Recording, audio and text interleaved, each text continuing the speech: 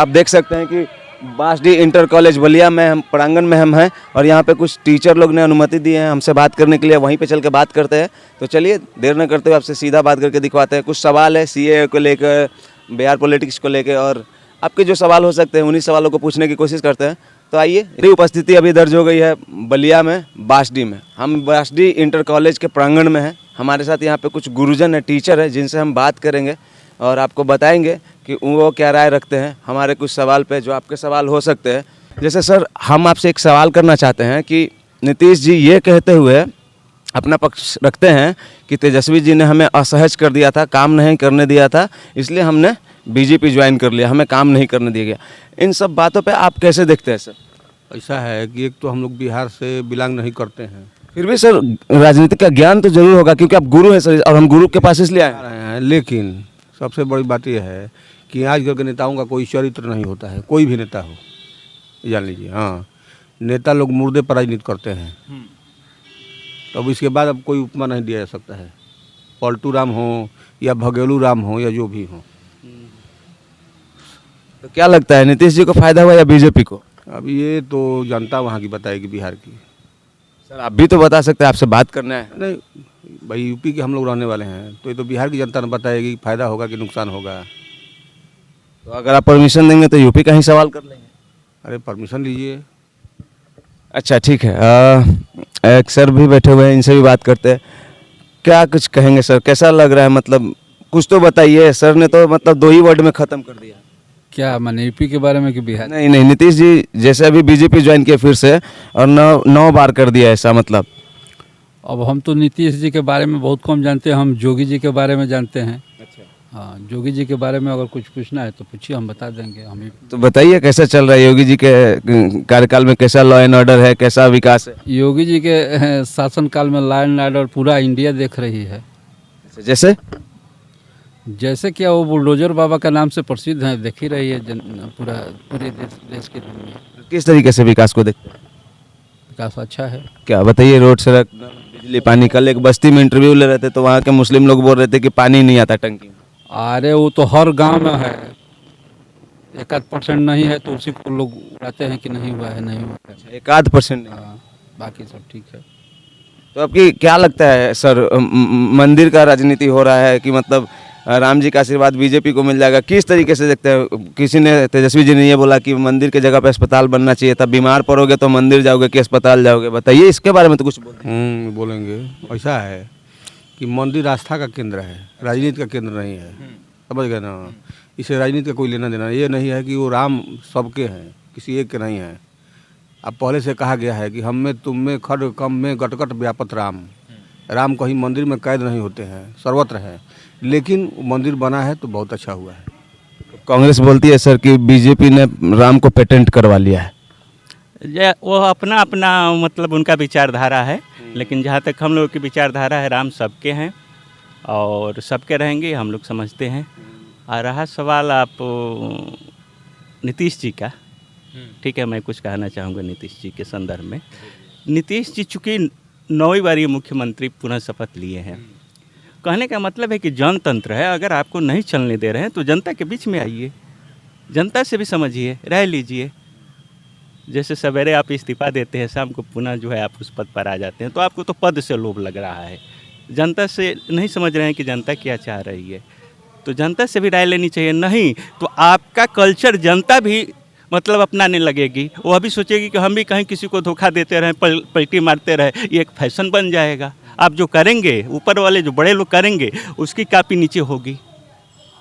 आम जनता को धोखा दे देगी। तो हमें ऊपर से अच्छा ज्ञान मिलना चाहिए ना, अच्छा संदेश मिलना चाहिए। यह चूँकि देने में निष्फल रहे हैं। तेजस्वी जी बोल रहे हैं कि जो 17 साल में नहीं हुआ 17 महीने में कर दिया, सारा नौकरी हम ही दिए हैं, 2-2.5 लाख अभी जो हुआ है 17 महीने में। इसका जैसे कि अब इस मामले में तो बिहार से बहुत दिन से नौकरियां, जैसे वैकेंसियां नहीं आ रही थी, एकत्र थी। तो मान लीजिए जिसके समय में जो जैसा ज्ञान हुआ अपना किया, ठीक है। हम पूरे बिहार को, बिहार सरकार को, प्रशासन को इसके बारे में धन्यवाद देना चाहेंगे कि बच्चों का किसी तरह से भी कल्याण हुआ, वह हो रहा है, ठीक है ना। तो नीतीश जी उसका श्रेय ले जाएं या तेजस्वी जी ले जाएं, उसमें कोई बात लेकिन वोटर पे तो इसका फर्क पड़ेगा ना। हाँ, बताइए सर कि बोल रहे कि जो 17 साल में नहीं हुआ 17 महीने में हुआ, कि हम ही नौकरी दिए हैं, नीतीश जी को हम नहीं बोलते तो प्रोसीड ही नहीं होता ये कार्य।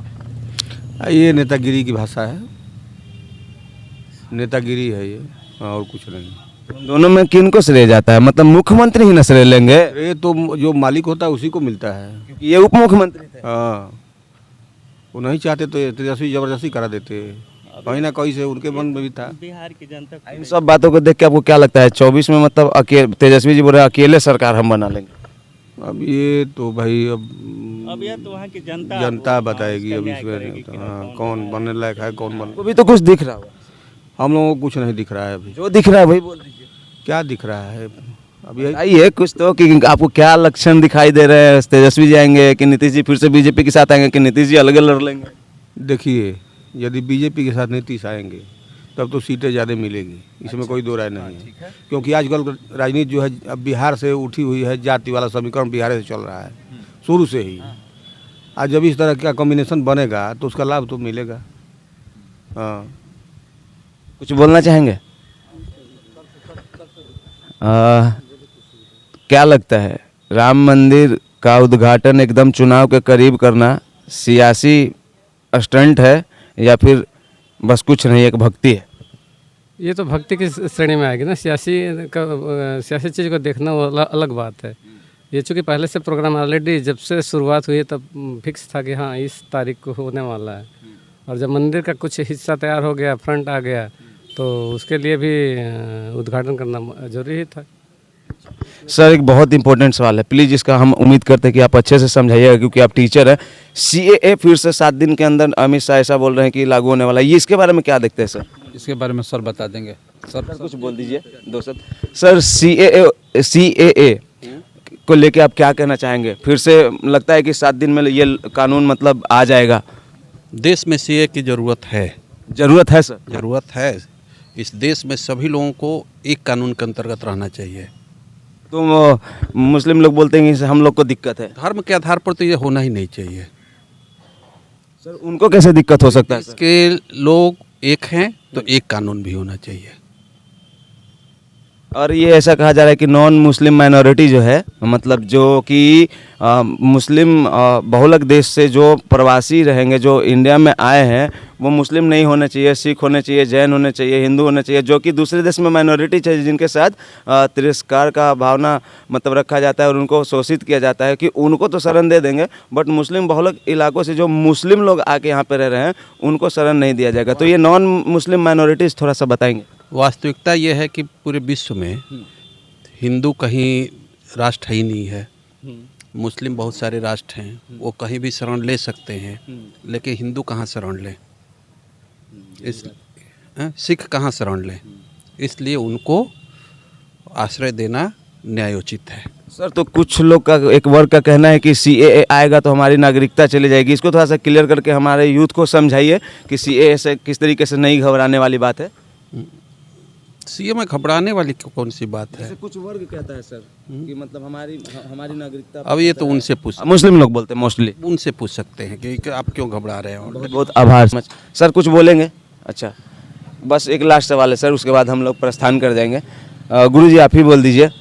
तो एक चीज़ और हुआ है, जैसे ही सरकार गिर गई बिहार में, और जैसे ही नीतीश जी बीजेपी में चले गए और तुरंत ईडी का एकदम से लालू यादव के घर पे एकदम धावा हो गया। तो सियासी षड्यंत्र है या फिर ईडी मुक्त रूप से अपना काम करिए? ये तो मुक्त रूप से नहीं कर रही है, तो षड्यंत्र कहीं ना कहीं से सत्ता पक्ष कहीं से कहीं राजनीति है, इसमें कहीं ना कहीं से राजनीति हो रही है। तो आपने देखा कि हम बासडी इंटर कॉलेज बलिया में हैं और हमारे साथ कुछ गुरुजन जुड़े हुए थे जिनसे हमने बात किया, और चलते हैं बलिया में कहीं और बात करवाते हैं आपको किसी से।